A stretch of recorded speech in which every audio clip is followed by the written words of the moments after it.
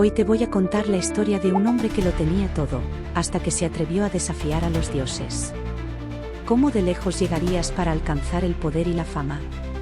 ¿Y hasta qué punto el ser humano puede abusar de su suerte sin enfrentar las consecuencias? Prepárate, porque hoy hablaremos de Tántalo, un rey que fue condenado a sufrir una de las peores torturas del inframundo, un castigo eterno de hambre y sed que ni siquiera los héroes de la mitología pudieron soportar. Tántalo era rey de Frigia, un reino próspero y lleno de riquezas. A diferencia de otros reyes, Tántalo tenía algo más que poder y fortuna, tenía el favor de los dioses. A menudo, Zeus, el poderoso rey del Olimpo, lo invitaba a banquetes divinos, donde se le permitía comer néctar y ambrosía, los manjares sagrados reservados solo para los inmortales. Imagina que tienes el favor de los dioses. Que puedes sentarte a la mesa de Zeus y charlar con Atenea, Apolo, y era como si fueran tus amigos. ¿No sería eso suficiente? ¿No sería un honor impensable? Pero para Tántalo, esto no era suficiente. Su ambición no tenía límites, y poco a poco, esa cercanía con los dioses lo llevó a creerse intocable. La arrogancia y la jaibres, esa desmedida arrogancia que los griegos consideraban uno de los peores pecados, comenzaron a crecer en su corazón. Un día, en medio de uno de esos banquetes celestiales, Tántalo tomó una decisión increíblemente peligrosa.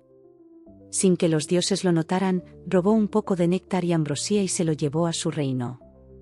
Quería compartir la esencia divina con los mortales, tal vez para demostrarles su poder, o tal vez solo para alimentar su propio ego. Esta era una traición gravísima. El néctar y la ambrosía eran sagrados, el alimento que daba inmortalidad y juventud eterna.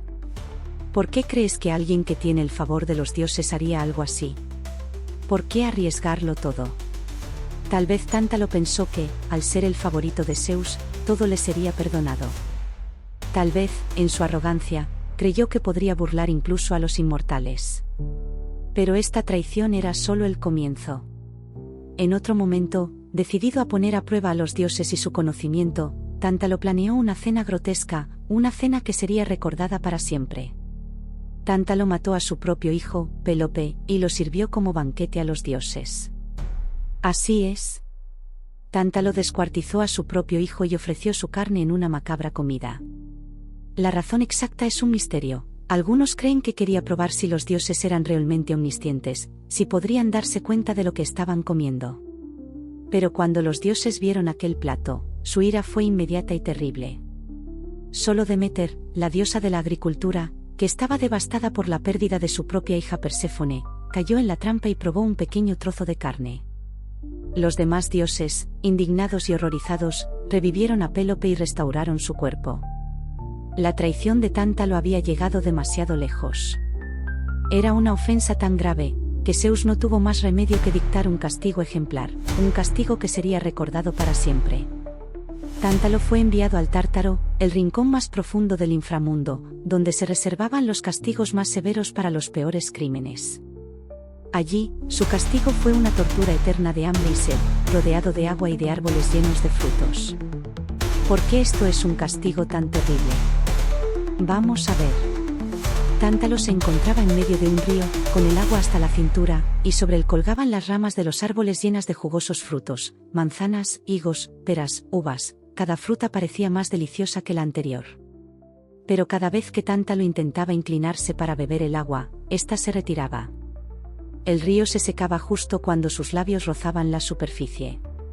Y cuando intentaba alcanzar una fruta, las ramas se alejaban, fuera de su alcance. Un hombre condenado a sentir hambre y sed eternas, rodeado de comida y agua, pero sin poder alcanzarlas nunca. Es una tortura que nunca termina, que juega con sus deseos y nunca le permite satisfacerse. Es una metáfora, una lección sobre los deseos desmedidos y la arrogancia humana. Pero, ¿por qué este castigo en particular? ¿Qué simboliza el tormento eterno de Tántalo? El mito de Tántalo es una advertencia contra la arrogancia humana, contra la creencia de que podemos desafiar a los dioses o actuar sin consecuencias. Es una lección sobre la avaricia y el abuso del poder, y sobre cómo los deseos insaciables terminan convirtiéndose en torturas autoinfligidas.